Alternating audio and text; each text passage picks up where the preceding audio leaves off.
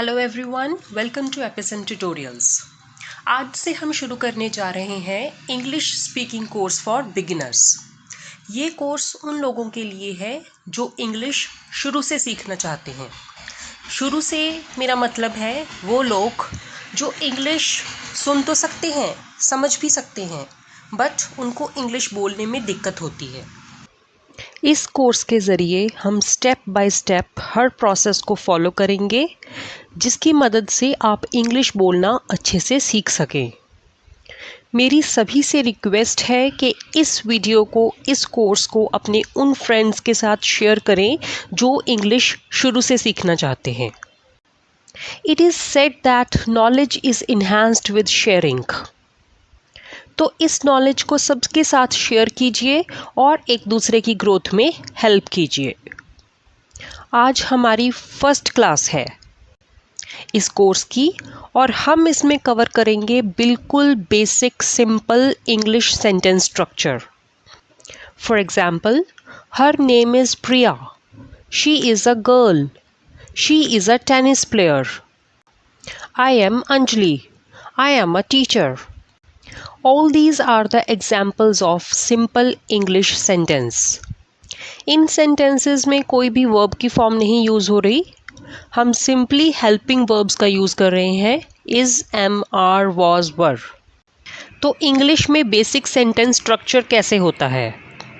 English में हम SV pattern follow करते हैं, जबकि हिंदी में verb यानी कि सहायक क्रिया सबसे एंड में आती है। मैं स्कूल जाता हूँ सबसे एंड में आया। मैं एक लड़का हूँ सबसे एंड में आया। बट इंग्लिश में हूँ की इंग्लिश है एम, वो एंड में नहीं सब्जेक्ट के बाद आएगा। I am a boy. तो इंग्लिश का सेंटेंस पैटर्न है SVO, यानी कि सब्जेक्ट, फिर वर्ब या helping verb and then object. Object हो भी सकता है एक सेंटेंस में, नहीं भी हो सकता। रेस्ट ऑफ द सेंटेंस को हम प्रेडिकेट बोल देते हैं। सबसे पहले तो समझते हैं कि सब्जेक्ट क्या है। सब्जेक्ट वो है जिसके बारे में बात हो रही हो। For example, I am a boy, तो आई सब्जेक्ट है क्योंकि यहाँ मैं, मेरे बारे में बात हो रही है। She is a girl, she subject है क्योंकि यहाँ पे शी के बारे में बात हो रही है। तो सब्जेक्ट से मेरा मतलब है वो जिसके बारे में बात हो रही हो, और जनरली सब्जेक्ट सेंटेंस की बिगिनिंग में आता है और इसके बाद हम हेल्पिंग वर्ब यानी कि क्रिया, सहायक क्रिया का यूज़ करते हैं। जनरली ये जो सिंपल बिल्कुल बेसिक इंग्लिश सेंटेंसेस हैं, इनका यूज़ हम स्टेटस को शो करने के लिए करते हैं। स्टेटस मतलब अवस्था, प्रेजेंट में या पास्ट में या फ्यूचर में। For example, I am a tennis player, तो मैं टेनिस प्लेयर हूँ, प्रेजेंट की बात हो रही है कि मेरा प्रेजेंट स्टेटस क्या है, आई am a tennis player. He was sad, वो उदास था, तो उदास जो उसका स्टेटस था वो पास्ट में था, तो हमने वॉज यूज़ किया। आई होप कि आपको समझ में आ गया होगा। अभी हम देख लेते हैं कि इज़, एम, आर, वॉज, वर का क्या यूज़ है। सबसे पहले बात करते हैं इज़, एम, आर की। इज़, एम, आर प्रेजेंट के लिए यूज़ किए जाते हैं, मतलब जब हम प्रेजेंट टाइम की, वर्तमान समय की बात कर रहे हों। एम आई के साथ यूज़ होता है हमेशा। इज़, आर दोनों ही प्रेजेंट के हैं, बट इज़ सिंगुलर नाउन्स के साथ यूज़ होगा और आर प्लूरल नाउन्स के साथ। तो ही सिंगुलर है, ही के साथ इज़ लगाएंगे। दे प्लूरल है, दे के साथ आर लगाएंगे। अब बात करते हैं वॉज, वर की। वॉज, वर पास्ट वर्ब्स हैं, तो इनका यूज़ होता है पास्ट की बात बताने के लिए, पास्ट का स्टेटस बताने के लिए कि जो काम पास्ट में हुआ। अगेन वॉज यूज़ होता है सिंगुलर नाउन्स के साथ और वर यूज़ होता है प्लूरल नाउन्स के साथ। तो ही, शी, आई इन सब के साथ वॉज यूज़ होगा, किसी के नाम के साथ भी वॉज यूज़ होगा। दे, वी या फिर दो या दो से ज़्यादा नाम हो तो उनके साथ वर यूज़ होगा। बस ये हो गया हमारा SV pattern, subject and verb.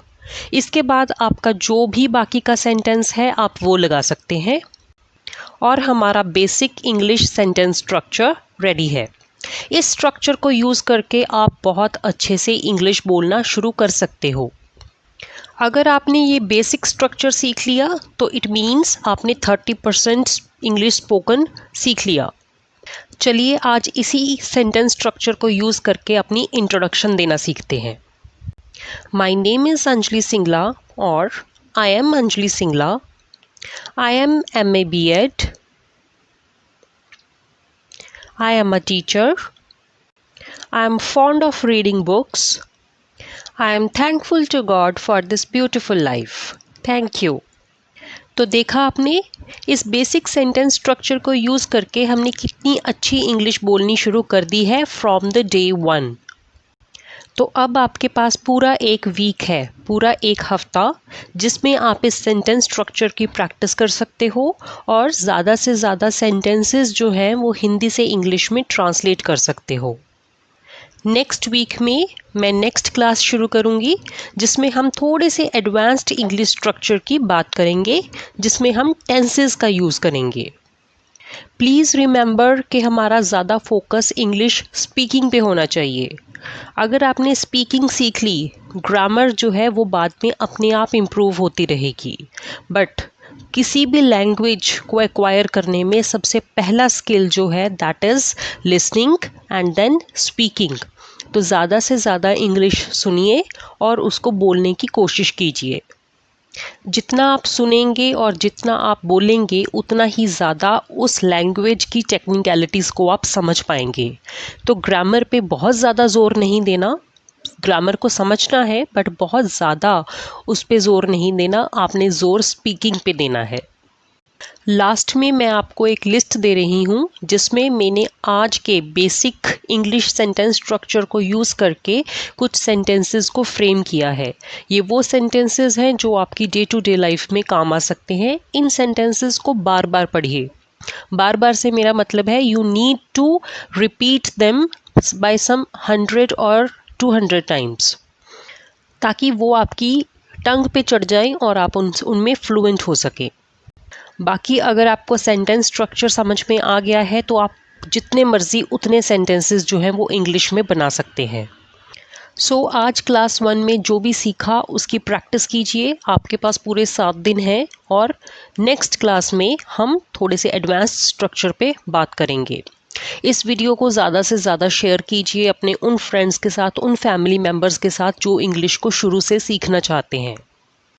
I promise you कि अगर आप मुझे ऑनेस्टली एंड सिंसियरली फॉलो करते हैं, अपना पूरा टाइम देते हैं, तो आप इंग्लिश सीख जाएंगे इन नो टाइम।